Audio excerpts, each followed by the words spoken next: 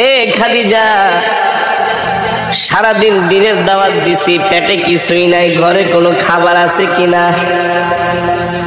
আম্মাজান খাদিজা বলে, ওগো প্রিয় স্বামী, আমাদের ওই যে ছোট একটা বকরি আছে, শুধু ওই বকরি থেকে সন্ধ্যাবেলা এক পেয়ালা দুধ দহন করে আপনার জন্য রেখেছি।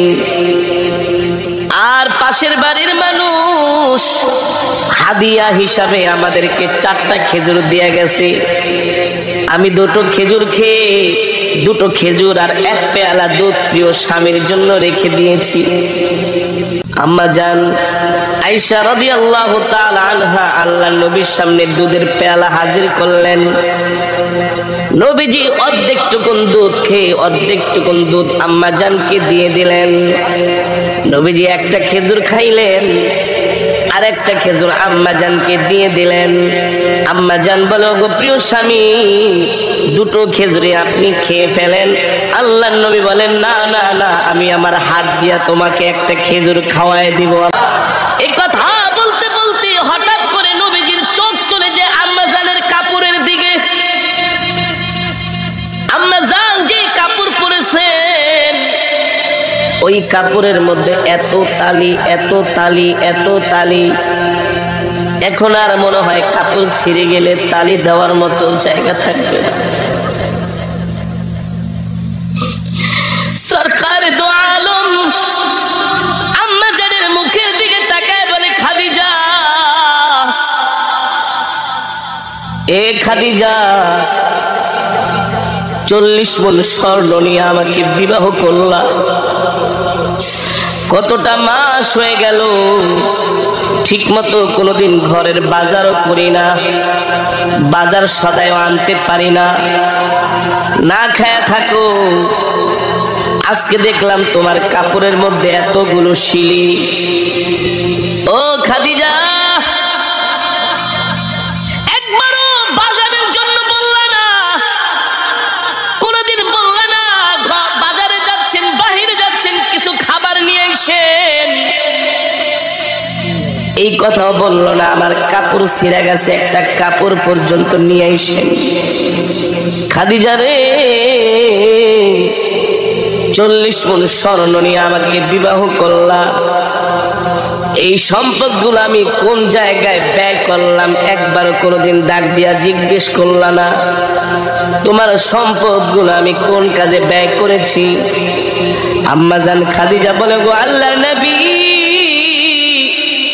আমি জানি আমার কলিজার টুকরা স্বামী ওই সম্পদগুলো আল্লাহর রাস্তায় দান করে দিয়েছেন, এই জন্য আমার জিজ্ঞেস করার কোনো প্রয়োজন নাই। আল্লাহু আকবার। আম্মাজান বলে, ঠিক আছে, বুঝলাম। আল্লাহর নবী বলে, বুঝলাম, কিন্তু তোমার গায়ের মধ্যে ছিঁড়া কাপড় তালি দেওয়ার মতো জায়গা নাই, এই কথাও তো কোনোদিন বললা না, একটা শাড়ি কিনে আনেন। আম্মাজান বলে, আমি জানি আমার প্রাণের স্বামীর পকেটে পয়সা নাই, এই সময় যদি আমি শাড়ি কিনতে বলি আমার স্বামী কষ্ট পাবে, আমি আমার কলিজার টুকরা প্রাণের স্বামীকে কষ্ট দিতে পারবো না। আল্লাহু আকবার। কষ্ট দিতে পারবো না, এই কথাগুলো আসমান থেকে আমার আল্লাহ শুনতেছে। কে শুনতেছে? আরশে আজিম থেকে আল্লাহ তাআলা শুনতেছেন হযরতে খাদিজার কথাগুলো।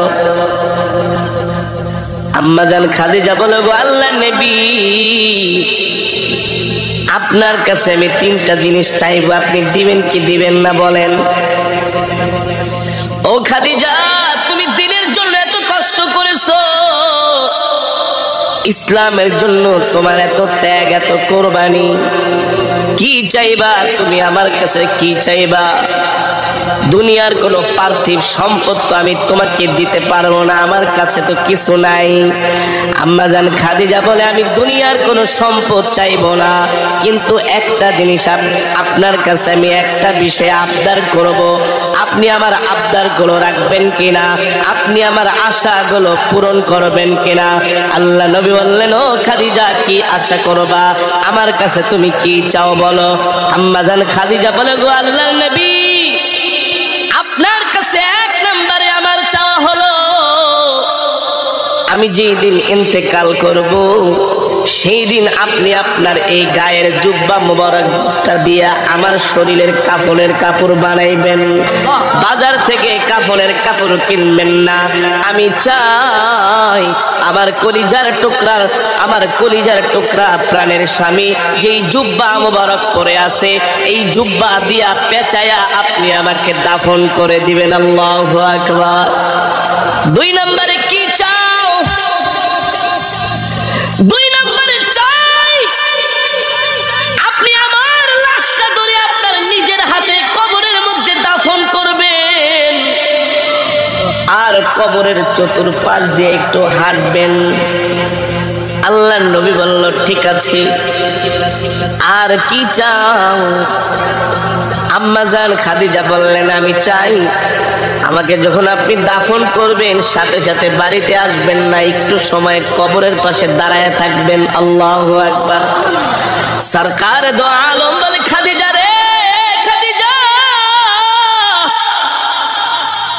1 নম্বরে আমার জুব্বা মোবারক দিয়া যদি তোমাকে কাফনের কাপড় বানায়া ওই জুব্বার কাপড়টা কাফনের কাপড় বানায় আমি যদি তোমাকে দাফন করিয়েতে তোমার কি উপকার হবে, কি ফায়দা? আম্মা জান বলে জাহান্নামের আগুনের এত বড় সাহস নাই। আল্লাহর নবীর জুব্বা মোবারক আমার গায়ের মধ্যে থাকবে আর ওই জুব্বা মোবারক পুরে খাদিজার গায়ে জাহান্নামের তাপ লাগবে, এত বড় সাহস জাহান্নামের আগুনের নাই। আল্লাহু আকবার। 2 নম্বরে খাদিজা তুমি আমাকে কবরের মধ্যে নিজের হাতে রাখতে বললা আর একটু হাঁটতে বললা, কারণ কি? আম্মা জান খাদিজা বলে গো আল্লাহর নবী কোনো কারণে যদি আমি কবরে ধরা খেয়ে যাই, কবরের মাটির এত বড় সাহস নাই। আল্লাহর নবী যে মাটির চতুর্পাশ দিয়ে হাঁটছে ওই কবরের মাটি আমাকে ভেদ করে 2-4 দিক থেকে আমাকে কবর চাপা দিবে। যেই জায়গায় আল্লাহর নবীর পা মোবারক পড়েছে ওই মোবারক পা মোবারকের জায়গা ভেদ করে মাটি এক পাশ থেকে আরেক পাশে যাবে, আরেক পাশ থেকে আরেক পাশে যাবে। এত বড় সাহস কবরের মাটির কোনোদিন হতে পারে না। আল্লাহু আকবার। 3 নম্বরে তুমি আমাকে বললে আমি কিছুক্ষণ কবরের পাশে দাঁড়ায় থাকবো।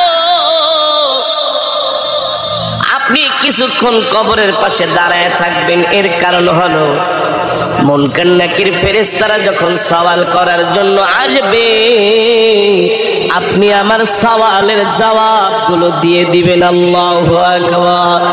সরকার দো আলম বলেন খাদিজা আমি তোমার শর্তগুলো মেনে নিলাম, আমি তোমার শর্তগুলো মেনে নিলাম।